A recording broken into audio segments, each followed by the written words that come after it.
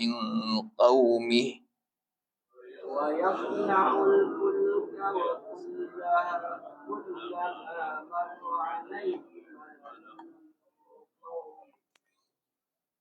وكلما مر عليه ملأ من قومه سخروا منه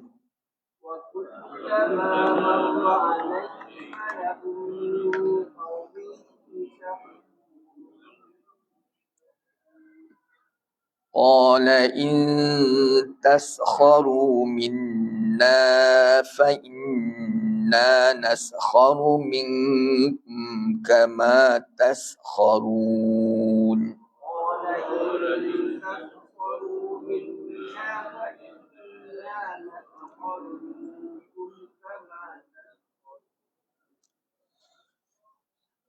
فسوف تعلمون من يأتيه عذاب يخزيه ويحل عليه عذاب مقيم فسوف تعلمون من يأتيه عذاب يخزيه ويحل عليه عذاب مقيم حتى إذا جاء أمرنا وفارت النور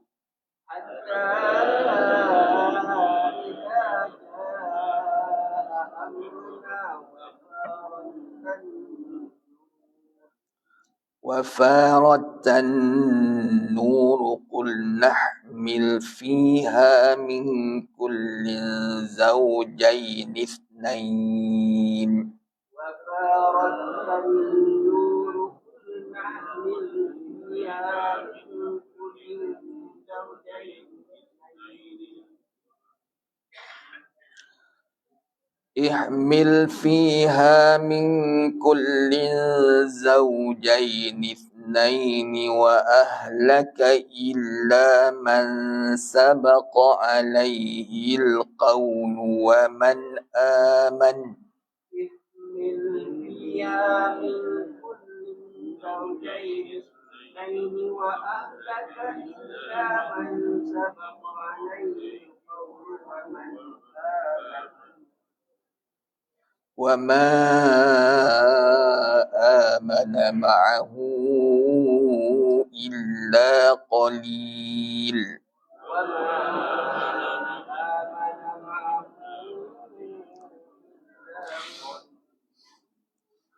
وقال اركبوا فيها بسم الله مجريها ومرساها وقال اركبوا فيها بسم الله مجريها ومرساها إن ربي لغفور رحيم إن ربي لغفور رحيم وهي تجري بهم في موج كالجبال ونادى نوح ابنه وهي تجري بهم في موج كالجبال ونادى نوح ابنه وكان في معزل يا بني اركب معنا ولا تكن مع الكافرين وكان في معزل يا بني اركب معنا ولا تكن مع قال سآوي إلى جبل يعصمني من الماء قال سآوي إلى جبل يعصمني من الماء قال لا عاصم اليوم من أمر الله إلا من رحم قال لا عاصم اليوم من أمر الله إلا من رحم وحال بينهما الموج فكان من المغرقين وحال بينهما الموج فكان من وقيل يا أرض ابلعي ماءك ويا سماء أقلعي وقيل يا أرض ابلعي ماءك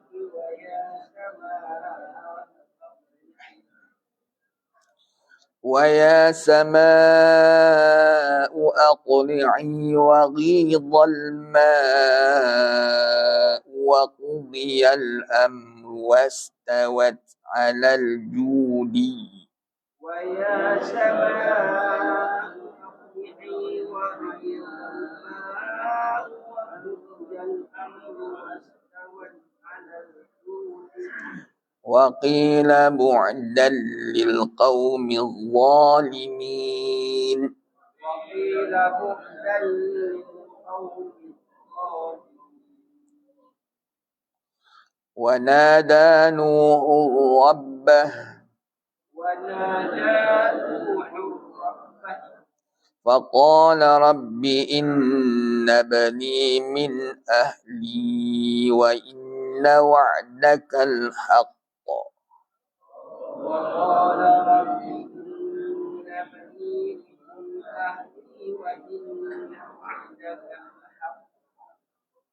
وإن وعدك الحق وأنت أحكم الحاكمين وإن وعدك الحق وأنت أحكم الحاكمين صدق الله العظيم.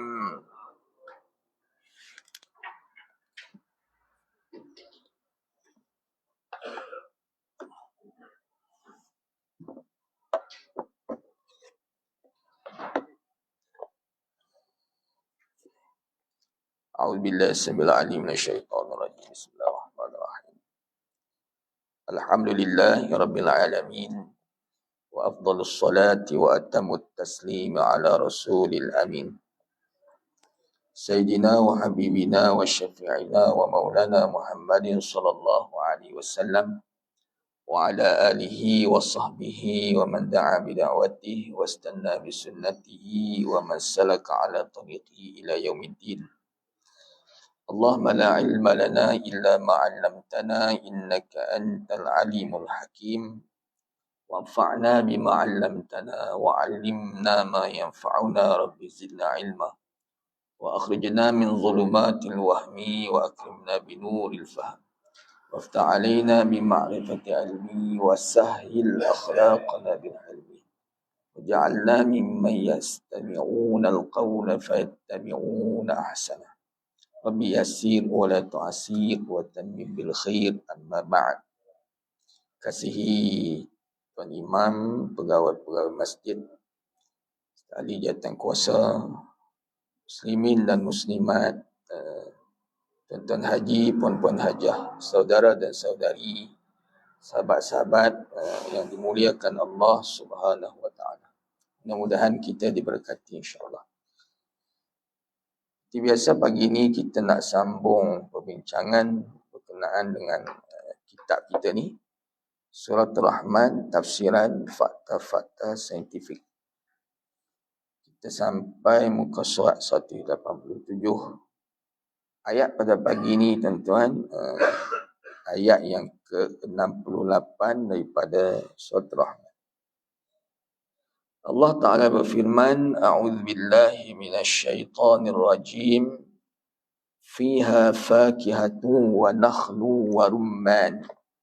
Fabi'ayyi ala'i rabbikuma tukadziban. Yang bermaksud di dalam kedua-dua syurga itu, fihima. Hima tu merujuk kepada dua syurga. Wa min dunihima jannatan dalam ayat sebelum ni. Kemudian mudhamatan, boleh sebut fihima, sepatutnya kita sebut bayat sebelum ni, fihima ainani nadhakhatan, sebelum tu lagi, yang lepas tu aku sambung, fihima ainani nadhakhatan fabi ayyi ala'i rabbikuma tukadziban fihima fakihatun wa nakhlun wa rumman. Di dalam keduanya, merujuk syurga, fakihatun, fakihah ni buah, pelbagai buah, wa nakhlun, pokok tamar, kurma, wa rumman, delima. Fakihah kita jumpa sebelum ni dah, cerita pasal syurga juga, surah yang sama. Fakihah ni didatangkan dengan lafaz nakirah, tak ada alif lam. Ni sebut bahasa Indo, ngaji bahasa Arab tu. Dia isim ni, bahasa Arab ataupun kalimah Al-Quran, dia ada 3 jenis ya. Isim, fi'il, huruf. Isim ni apa-apa yang ada nama. Contoh tengok sekeliling kita ni, semua benda ada nama kan. Kita panggil mikrofon, kita panggil meja, kita panggil tiang, kapet. Itu semua kategori kumpulan ismun ataupun isim. Suatu yang ada nama lah. Yang kedua, perbuatan yang kita buat lah. Kita duduk, kita belajar, kita dengar, kita makan, kita minum. Yang ketiga dipanggil harfun. Harfun ni dia tak ada makna, atau makna dia tak sempurna, melainkan dia perlu kepada perkataan yang lain, atau diapit oleh 2 perkataan. Itu je tuan-tuan. Baca Quran 3 jenis perkataan tu je. Tak banyak pun. 3 jenis saja. Tak isim, tak kumpulan isim, fi'il. Tak fi'il, huruf. Fakihah ni buah. Kita panggil buah. Buah banyak lah. Maka keteri kalimah ni ialah ismun. Isim pula ada 2 jenis. Kadang-kadang dia buah alif lam, al-fakihatu, al-fakihah. Kadang-kadang dia tak letak alif lam, fakihatun. Macam kitab lah, kitab. Kita boleh panggil al-kitabu ataupun kitabun. Maknanya sama aja, buku. Al-masjidu ataupun masjidun. Nampak bila saya sebut al-masjidu, kita tak boleh baca baris 2. Jangan tuan-tuan baca al-masjidan ataupun al-masjidun, al-masjidin. Kita takkan jumpa baris 2 berada pada perkataan kata nama dengan alif lam. Tak boleh duduk sekali. Kalau nak letak alif lam, kena baca satu baris je. Al-masjidu ataupun al-masjidah ataupun al-masjidi. Boleh lekok noh sikit-sikit. Kalau buang alif lam, mesti letak baris 2. Masjidun atau masjidan atau masjidin. Macam kalimah fakihatun ni lah. Dan di sudut makna dia ada beza lah. Kalau al-fakihatu memberi maksud khas, khusus. Buah itu. Kalau fakihatun, sesuatu buah. Maknanya am. Bila am ni maknanya banyak. Memberi isyarat pelbagai buah. Bukan satu buah je. Jadi sebab tu dia terjemah. Di dalam kedua syurga itu ada pelbagai jenis buah. Banyak buah-buah yang ada kat dunia ni ada belaka insya-Allah. Cuma di-highlightkan atau disebut menunjukkan keutamaan. Wa nakhlun. Nakhlun ni kurma ataupun tamar. Kurma, kalimah nakhlun disebut dalam Quran lebih kurang 20 kali ulangan. 20. Perkataan ni kadang disebut dengan nakhil. Nakhil, kurma juga. An-nakhlu, an-nakhlah, ataupun nakhlan. Kalau nakhlan, an-nakhlatu, an-nakhl, nakhil, itu maknanya kurma. Lebih kurang 20 tempat. Tuan boleh carilah sendiri. Kemudian satu lagi, kalau kita ni kurma banyak jenis tuan-tuan. Peringkat-peringkat dia. Kat Malaysia lagi lah. Kurma Madinah, kurma Iran, kurma Tunisia. Itu tak masuk tu. Ada peringkat dia. Balah, kurma putih. Kan? Kalau rutab, kurma yang masak separuh, putih separuh. Dia lembut sikit. Kalau tamar ni yang dah kering dah. Yang sampai kat kita juga banyak tamar. Kurma juga. Semua jenis kurma. Kalau kita durian putih, durian mangkak, durian apa lagi. Itulah peringkat-peringkat. Ayat ni kita dah sebut dah sebelum ini tentang kurma. Kita bacalah dalam kupasan tajuk dia ni. Dalam disebut tamar buah di syurga dan khasiatnya. Kita ambil sikit. Jadi dalam ayat ni menyebut dalam syurga ini, dua syurga ini, ada buah-buah sama. Kemudian ada buah tamar dan juga buah delima. Rumman ni delima. Delima banyak tempat kita. Dan delima lebih banyak di belah-belah macam belah Turki, belah Mesir ataupun sebelah Timur Tengah tu. Tempat kita pun ada. Kata pengarang rahimahumullah ta'ala wa nafa'ana bihi wa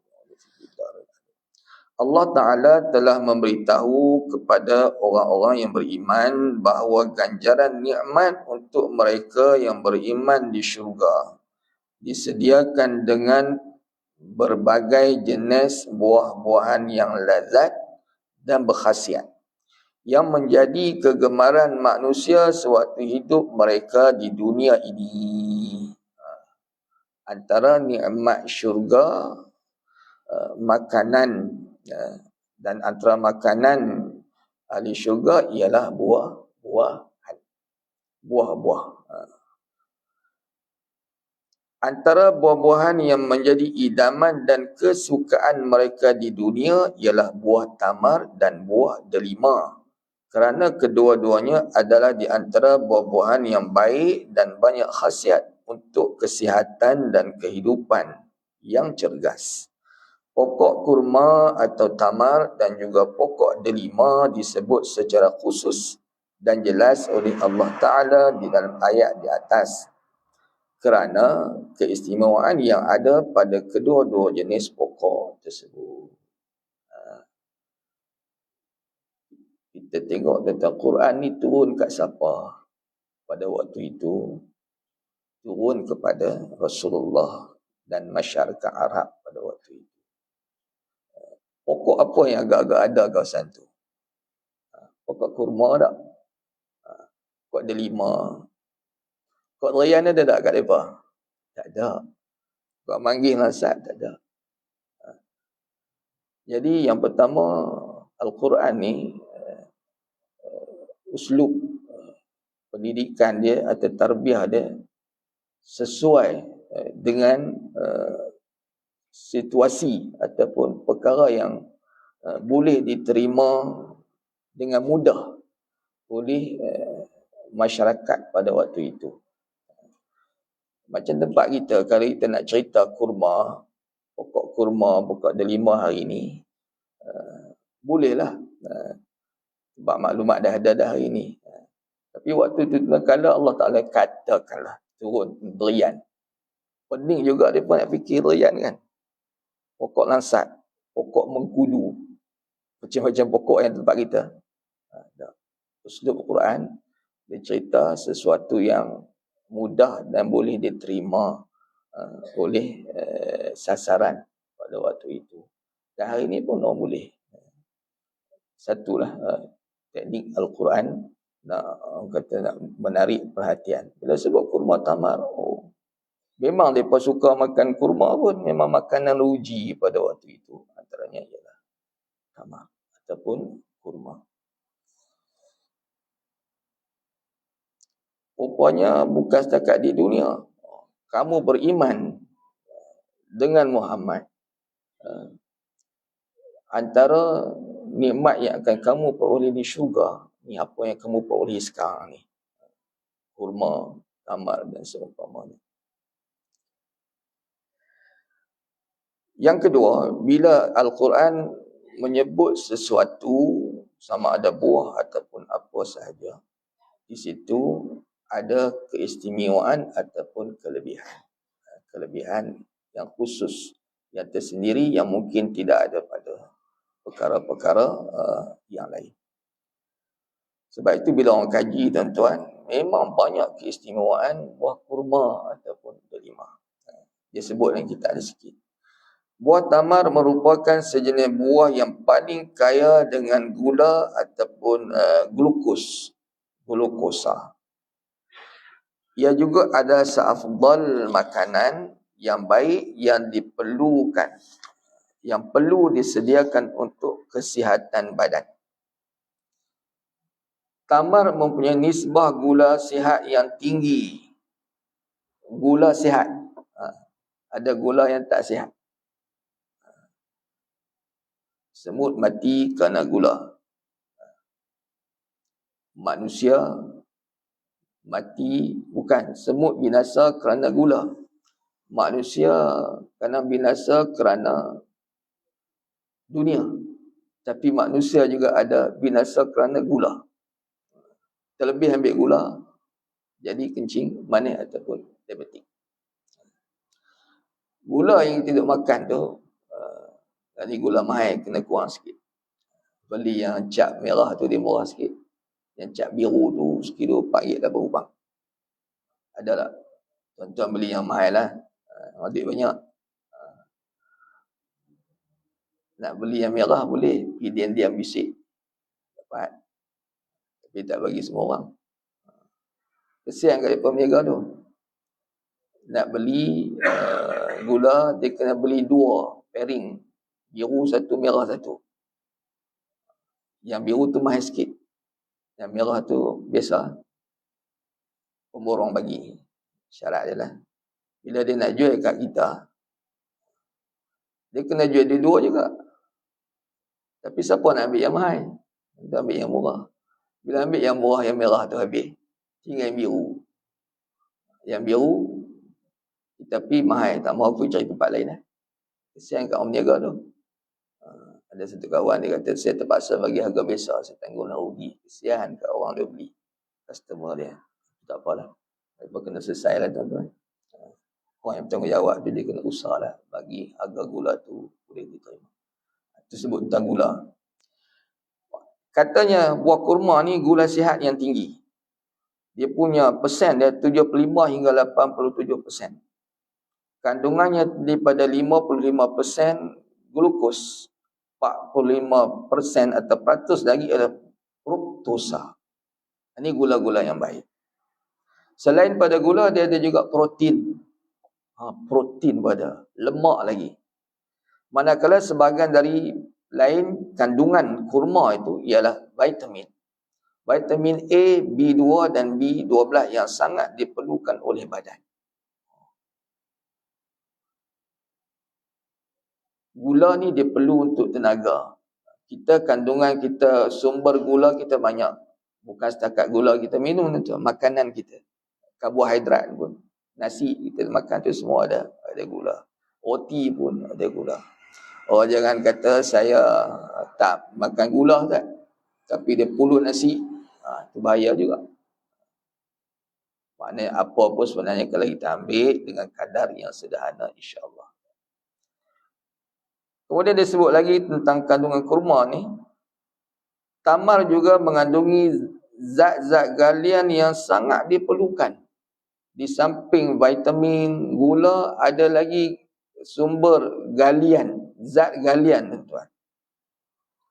Seperti kalsium, fosforus, potasium, sulfur, sodium, magnesium, kobalat. Anda sebut anda pun tak tahu benda ni. Zinc, fluorine. Fluorine pun ada.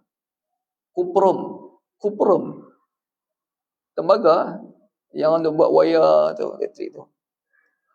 Dan sebahagian dari selulosa. Masya Allah. Kalau kita keluarkan galian-galian ni tuan-tuan, kita tak makan besi, zat besi. Siapa nak makan besi? Tapi sebenarnya Masya Allah, Allah Ta'ala buat keperluan-keperluan pada tubuh manusia ni. Antaranya ialah galian-galian tadi lah. Kalau kita lombong dapat besi, sulfur, magnesium, bahan-bahan orang untuk buat bom semua tu. Tapi ada dalam makanan kita, diperlukan oleh kita. Sebagaimana kehidupan luar kita perlu benda-benda besi galian ni, rupanya tubuh badan kita pun perlu. Tapi dengan kadar yang sesuai dengan penciptaan tubuh manusia. Sebab tu hari ni, bila maju manusia dia kaji keperluan zat-zat ni, doktor dia tahulah. Kita pergi buat blood test. Blood test ambil darah, hantar lab lah. Lepas seminggu sampai. Bagi doktor tengok.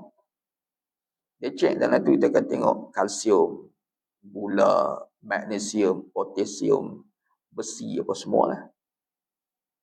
Dan saintis ni dia tahu. Contohnya umur kita berapa, tubuh badan kita apa, kita perlu zat gini. Kalau terlebih zat-zat galian ni, ada kesan-kesan pada tubuh seseorang. Kalau tak cukup pun ada kesan. Sebab tu dia suggest, cek kena beli suplemen yang ada kandungan gini-gini. Kalsium ke, magnesium pergi. Tuan-tuan pergi farmasi, ada yang dicipta ataupun yang dibuat oleh manusia. Zat-zat ni dalam bentuk suplemen yang kadang-kadang pemakanan tambahan yang kita sebut, yang diperlukan untuk mengembalikan kestabilan kesihatan seseorang. Masya Allah. Allah Ta'ala buat segala keperluan tu ada dalam buah kurma yang kita makan. Sebenarnya ada lagi dalam makanan-makanan yang lain pun ada. Cuma dia punya portion dia, pembahagian dia tu, tidak sebagaimana yang dimiliki oleh buah kurma. Fruktosa akan bertukar menjadi glukosa dengan cepat. Kemudian menyerap masuk secara langsung ke dalam sistem penghadaman untuk menggantikan tenaga yang hilang dari badan. Khususnya saraf-saraf yang berkait rapat dengannya seperti sel-sel otak dan deria, sel-sel darah merah dan sel-sel pembersih tulang. Pada gula tu, daripada kurma, dia dapat diproseskan dengan cepat. Tak ambil masa. Sebab tu bila kita puasa, kita dianjurkan, atau Nabi ajak kita tuan-tuan, sunnahnya buka puasa dengan kurma. Betul? Sebab tu bulan puasa, kesan daripada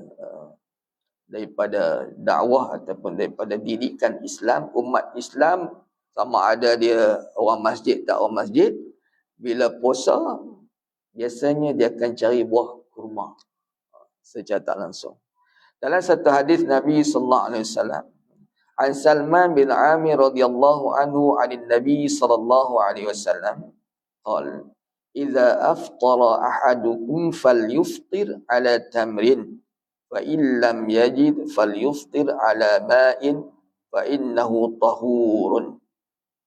Daripada Salman bin Amir radhiyallahu an, daripada Nabi sallallahu alaihi wasallam telah bersabda, apabila kamu buka puasa, hendaklah kamu berbuka dengan buah tamar.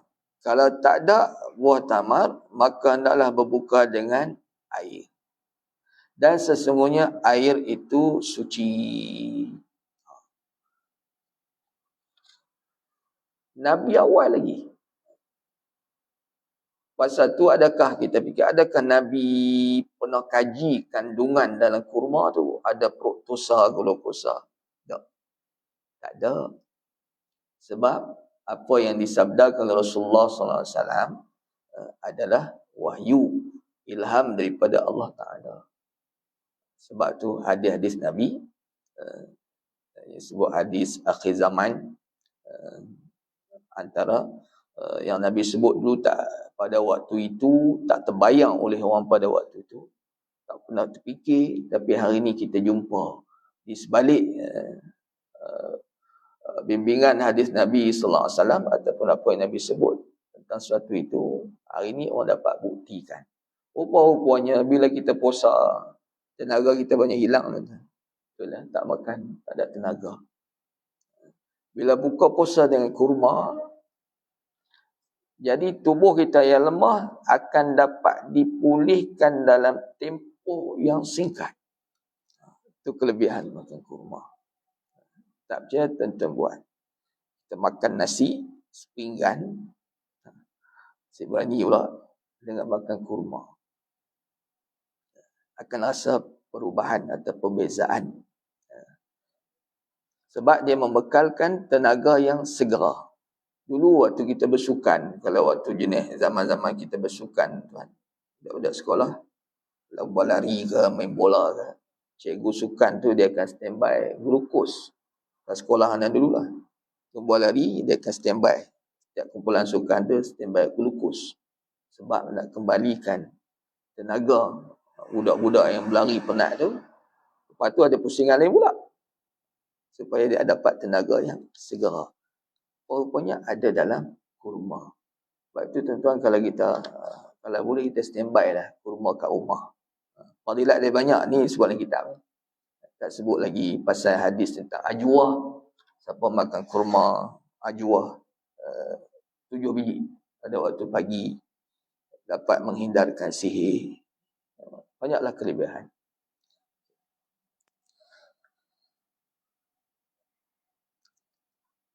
Hadis ini telah memberitahu kepada kita bahawa Rasulullah SAW telah menjadikan buah kurma sejenis makanan yang sangat penting di waktu berbuka puasa. Di saat waktu berbuka puasa ini, orang yang berpuasa telah kehilangan tenaga kerana tidak makan sepanjang hari. Buah tamar pula atau kurma adalah sejenis makanan yang akan mengembalikan tenaga dengan segera. Daripada amalan ini kita lihat betapa cantiknya amalan pemakanan melalui ajaran Islam. Ini membuktikan bahawa Islam mempunyai cara hidup yang sangat kemas dan teratur. Masya Allah, bila puasa letih, Islam datangkan yang petunjuk untuk mengembalikan normalnya tubuh badan seorang tenaga tu.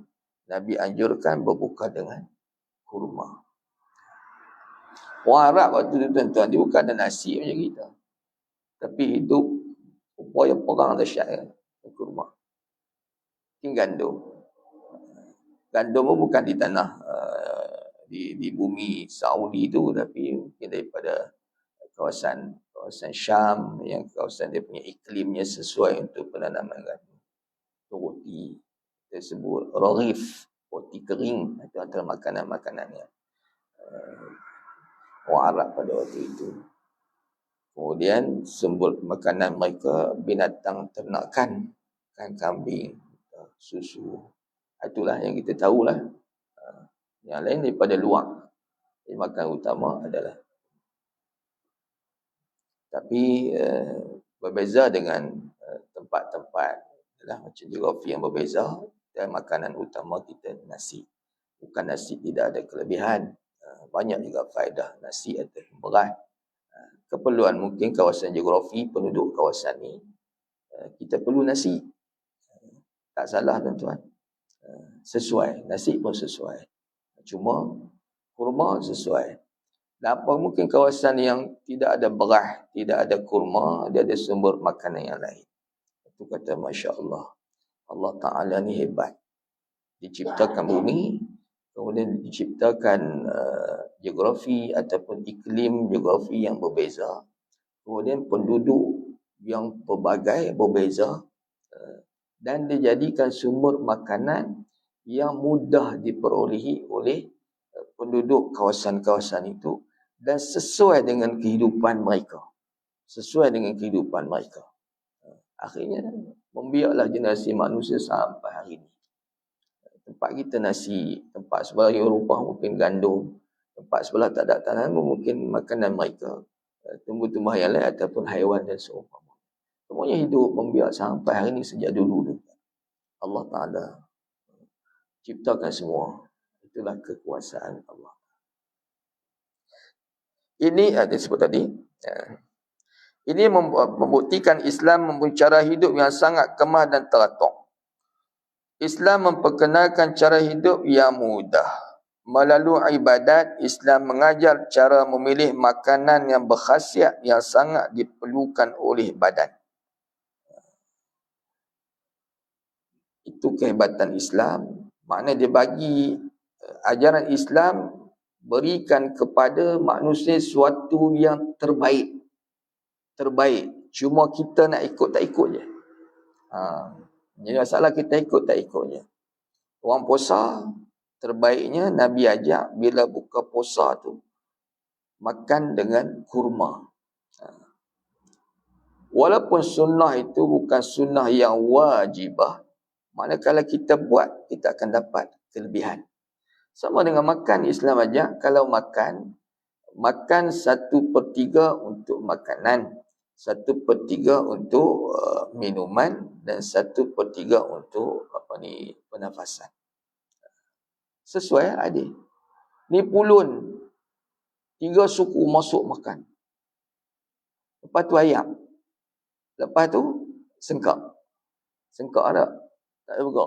Sengkak aku tak boleh makan dah. Kalau diulang bertahun macam tu tuan-tuan, apa akan berlaku? Sistem tubuh kita tak mampu nak proses dah. Dia jadi jam sana, jam sini. Itu menyebabkan penyakit. Penyakit yang berlaku lah hari inilah. Orang ramai mati bukan sebab perang. Ramai mati sebab makan. Belah kita ni lah. Nak sebut kasarnya, punca mati kita ni kebanyakan sebab makan. Kan tak boleh makan tuan-tuan. Tapi jaga pemakanan. Kita bercakap ni kadang kita juga ni. Pukul 12 puluh nasi berani. Sedap. Tak apalah dia tak makan lagi. Puluh dah. Ni maghrib ni dah puluh dah. Tengah malam puluh lagi. Kan tak apa nak. Mari kita tahu. Jadi Islam ajak yang terbaik. Cuma bila tak ikut, kita akan terima kesannya. Bukan sekadar makan, semua perkara lah. Pakaian, ibadat, kehidupan dan sebagainya. Buah tamar ada sejenis makanan yang dapat membantu memulihkan kesihatan tubuh badan. Dia nak ulas sebab Al-Quran sebut buah kurma banyak sangat ni. Dia tak sebut buah-buah lain, rupanya kelebihan dia. Apabila ia berada dalam situasi kepenatan, tamar adalah sejenis buah yang sangat diperlukan apabila seseorang itu telah banyak kehilangan tenaga, seperti keadaan seorang yang telah menjalani ibadat puasa sepanjang hari. Amat benar dan amat sesuai sekali risalah yang dibawa oleh Rasulullah sallallahu alaihi wasallam sejak 1400 tahun yang lalu, apabila baginda mengajar dan meminta orang-orang yang berpuasa supaya memulakan ibadat buka puasa mereka itu dengan memakan buah tamar terlebih dahulu sebelum menjamah makanan yang lain. Pekat awal, bukan nak makan kurma je tuan-tuan. Permulaan tu supaya energi kita pulih. Macam biasa, lepas tu ambil lah, nak ambil nasi ke apa ke. Itu pun setakat yang perlu. Tak boleh lebih. Tak boleh nak lajak. Bila lajak jadi lagu lain pula. Nak sembahyang maghrib, tak larat dah. Lepas tu nak sembahyang isyak. Terawih lagi kalau bulan Ramadan kan. Terawih 8 pun tak habis. Sebab penat. Bukan penat puasa, penat makan. Patut kita puasa makin kuat. Orang puasa makin kuat. Perang Badar berlaku dalam bulan puasa. 313 orang. Kalah 1000 orang puak-puak kafir. perang Khandaq, korek parit tu, gali parit tu bulan Ramadan. Perang bulan Syawal. Sahabat puasa. Kita puasa sepatutnya kuat. Sebab kekuatan sebenarnya manusia ini kekuatan dalaman dia. Rohani dia kuat. Baik tu bila kita tidur tuan-tuan. Bila tidur malam, ada adab tidur kan. Siapa bangun tidur, dia baca doa. Setiap orang yang tidur ni syaitan akan ikat 3 ikatan kat tengkuk dia. Bila dia bangkit tidur, dia baca doa ataupun zikir akan terungkai satu ikatan. Kemudian dia solat, terungkai pula satu ikatan. Dia ambil wudu, terungkai satu. Dia solat, terungkai. Habis ikatan yang diikat oleh syaitan tu. Dan dia akan siangnya itu, dia akan bangun, dia akan hidup dalam keadaan cergas, aktif. Kalau sebaliknya, bila dia bangkit tak zikir ataupun tak semayang, hari tak semayang, maka kehidupan hari itu dia bangun dalam keadaan malas dan tidak cerdas. Apatah lagi kalau orang bangun awal, bangun tahajud, amalan dia. Biasanya siangnya dia akan cergas tuan-tuan. Dia akan cergas. Maknanya bangun dengan waktu yang munasabah. Bukan sengkang pukul 2 dah. Kita kena tidur, rehat. Dalam pukul 5 atau 4:30 jadi kebiasaan dia. Siangnya tu dia akan jadi ada kekuatan untuk dia melakukan aktiviti. Dia tak tidur tak apa. Okey. Dengan syarat siangnya tu dia ada masa untuk dia qailulah. Qailulah biasa tengah hari lah. 12 lebih ataupun sebelum zuhur ataupun selepas zuhur. Ini dia ajar dalam sunnah Nabi sallallahu alaihi wasallam. Tidur awal, kemudian bangun awal. Ada perkara kita tengah buat ibadat kita. Kemudian sebelum zuhur ataupun tengah hari siang tu kena ada sikit masa untuk qailulah. Maka akan berjalanlah kehidupan seorang tu dengan baik, tidak penat, tidak letih dan teratur. Tapi kalau tak semayang, habislah tuan-tuan. Anda tanya di pusat Semti, ni pelajar-pelajar pelatih pusat Semti ni, tak nak tanya boleh tak? Sebelum kau masuk ni, kau semayang tak? Semua kita tak semayang ataupun tinggal semayang. Tak ada seorang pun yang semayang penuh. Semua ada yang tak semayang, ada yang tinggal semayang tu biasa. Maksudnya semuanya tak jaga semayang. Bila duduk sini jaga semayang tak? Masuk Ustaz Samti kata, ya kami semayang. Tak pernah tinggal semayang sejak kat sini. 6 bulan, 7 bulan, 10 bulan. Semayang tiap hari. Sebab kena semayang. Tengok muka jernih ya. Muka jernih. Sebelum tu, semayang biasalah tinggal. Jumaat kadang-kadang. Jadi punca besar dan hingga jelas sosial apa semua bila mana kita tinggal semayang tu salah satu sebab lah. Tinggal semayang. Jadi ambil beratlah. InsyaAllah tuan-tuan yang kat sini okey. Kat luar sana tu kadang-kadang saudara mara kita, anak-anak kita, anak saudara kita yang ambil mudah okey. Balik pada tadi. Ajaran Rasulullah SAW ini satu amalan yang sangat relevan kata pengarang serta amat sesuai apabila ia dilihat bersama dengan hasil penemuan kajian sains di waktu akhir-akhir ini, di mana pengkaji sains telah menemui keunikan kandungan tamar di dalam membantu kesihatan badan, lebih-lebih lagi di saat seseorang telah banyak kehilangan tenaga. Dari itu nyatalah apa yang diajarkan oleh Rasulullah SAW, baik perkara berhubung dengan ibadah atau cara makan yang sihat, maka ia sangat sesuai dengan fitrah manusia dan ia merupakan ajaran yang sangat praktikal dan dapat diterima oleh akal. Subhanallah. Penemuan ini telah membuktikan suatu mukjizat kurniaan Allah Ta'ala kepada junjungan kita Rasulullah sallallahu alaihi wasallam. Penemuan ini membuktikan kebenaran dan kewibawaan agama Islam sebagai agama yang membawa kesejahteraan kepada penganutnya di dunia dan juga di akhirat. Penemuan-penemuan dan pendetilan bukti yang diperolehi oleh pengkaji sains pemakanan ini merupakan nilai tambah yang memperjelaskan kebenaran dan kesesuaian serta kesyumulan Islam sebagai satu agama yang logikal dan praktikal yang datang dari Allah Subhanahu wa taala. Sehubungan dengan keadaan tersebut itu, kita dapati bahawa Al-Quran telah mendahului para pengkaji sains dalam mengkategori dan menghuraikan sesuatu perkara atau benda yang ada di alam ini. Menyedari dan mengisafi hakikat kebenaran agama Allah Ta'ala ini, maka dengan itu manusia wajiblah bersyukur kepada Allah di atas segala nikmat kurniaannya, lebih-lebih lagi nikmat iman dan Islam. Fabi ayyi ala'i rabbikuma tukadziban. Di samping makanan kurma, rumman ini ada di syurga dan ada di dunia, dan manfaatnya sangat besar dikurniakan Allah Ta'ala melalui dua nikmat ini kepada kita di dunia. Maka layaklah atau perlulah setiap makhluk jin dan manusia ini mensyukuri nikmat Allah Ta'ala. Semua benda itu bukan setakat makanan. Apa yang datang daripada Islam yang dibawa oleh Rasulullah SAW adalah terbaik.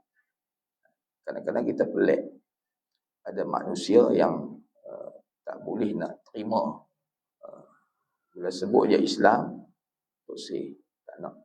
Sebutlah apa saja, makanan, pakaian, peraturan, undang-undang, sistem akhlak, sistem pendidikan, sistem dalam rumah tangga, pengurusan ekonomi dan seumpamanya. Panduan daripada Islam itu adalah terbaik. Terbaik. Maknanya senang je Islam ni. Sami'na wa ata'na. Sami'na wa ata'na. Dengar, kami patuh. Selesai. Itu kata Islam tu mudah. Tapi dah tahu Tuhan suruh tak buat tu yang susah. Banyaklah. Dah suka lelaki perempuan. Apa suka? Kahwin. Senang. Kahwin. Kenapa tak nak kahwin? Kalau kahwin selesai, ni tak nak kahwin, duk usung mata. Yang lelaki tu, usung budak perempuan tu mata. Tak kena. Betul-betul suka, kahwin, selesai masalah. Apa lagi? Banyaklah. Okey. Jadi, cukuplah kono. Ada lagi ni. Tajuk ni tak habis sikit lagi. Dia akan sebut bagaimana antara nikmat lagi. Di dalam syurga tidak ada satu hadis bila orang Yahudi datang tanya Nabi, ya Rasulullah, anda baca hadisnya lepas tu kita berhenti. Wa qalu ya Muhammad, afil jannah fakihah. Wahai Muhammad, dalam syurga ada buah tak? Nabi kata na'am, ya. Fiha fakihatun wa nakhlu wa rumman. Dalam syurga nanti ada buah, kurma dan juga delima. Lepas tu Yahudi tanya lagi, qalu apa yakuluna kama yakuluna fid dunya? Apakah mereka ahli syurga ni akan makan kurma dan delima sebagaimana mereka makan di dunia? Nabi jawab, na'am wa adha'afun. Ya, dan lebih lagi. Maknanya makan sungguh lah. Di dunia mereka makan kurma dan delima, di syurga pun ada, mereka akan makan pulun sungguh. Mereka tanya lagi, dah makan banyak? Qalu fayaqduna al-hawaij. Apakah mereka akan qada hajat? Qada hajat maknanya buang air besar ataupun air kecil.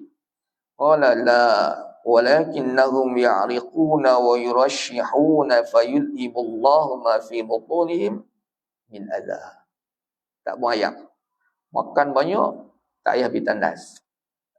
Cuma Tuhan jadikan cara perkumuhan, pembuangan najis ni melalui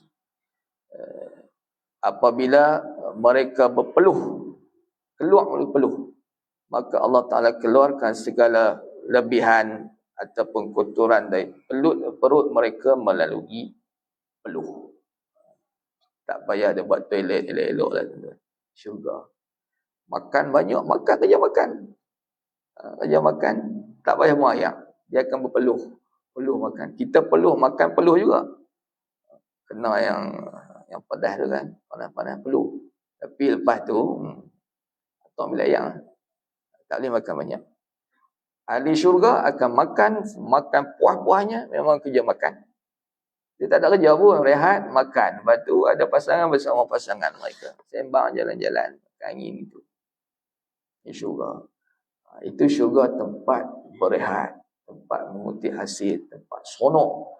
Tapi dunia tuan-tuan, ada sonok, ada kita sedih, ada penat, ada kita rehat. Ada lapar, ada kita kenyang, ada kita senang, ada kita susah. Itu tabiat dunia. Maka bila kita hidup dunia, kita boleh terima keadaan begitu, insya-Allah kita boleh redha dan kita boleh hadapi segala cabaran di dunia. Ada 5 cabaran besar dunia ni. Nantilah ada masa kita sebut tuan-tuan. Antaranya itulah keadaan kita berubah. Kehidupan kita berubah. Senang sedih. Anak ramai bila ada besar-besar keluar tinggal berdua kat rumah. Dia terbayang dulu anak ni bilik ni. Tiba-tiba bila dah kahwin semua keluar. Tinggal berdua. Betul tak? Berlaku tak? Hidup pasangan. Tiba sampai ketika pasangan kita meninggal. Berlaku. Tapi hidup perlu diteruskan. Dan yakinlah setiap keadaan susah, senang. Kita lapang, kita sibuk, kita penat, kita letih. Semuanya keadaan itu tidak merugikan orang beriman. Itu lebihnya orang mukmin, tuan-tuan. Mudah-mudahan kita termasuk di kalangan mereka yang sabar ketika ujian dan mereka yang sentiasa bersyukur terhadap segala nikmat yang Allah Ta'ala berikan dengan kita berusaha melakukan amalan-amalan yang menjadikan kita lebih dekat dengan Allah Subhanahu wa Ta'ala. Wallahu a'lam. Ada bangkit setakat ini, tuan-tuan. Cuma sedikit makluman tentang Ma'had Ana. Terima kasih di atas sumbangan tabung. Masya Allah. Oh, ni kutipan tabung pada masjid tuan-tuan ni, tabung sedekah subuh.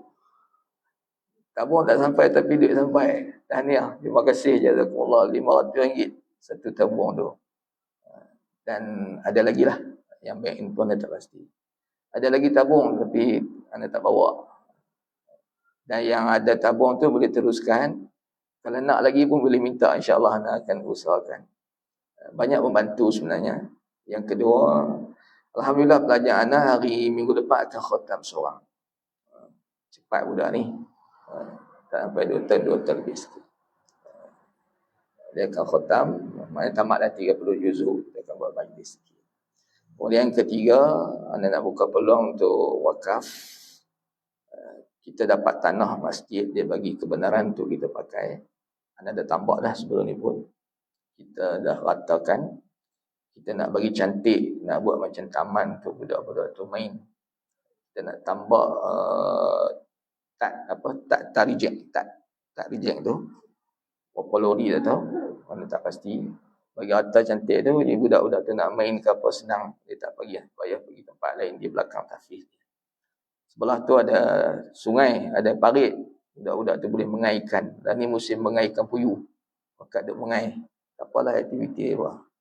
Boleh buat gulai cukup 20 ekor kata, ustaz buat gulai.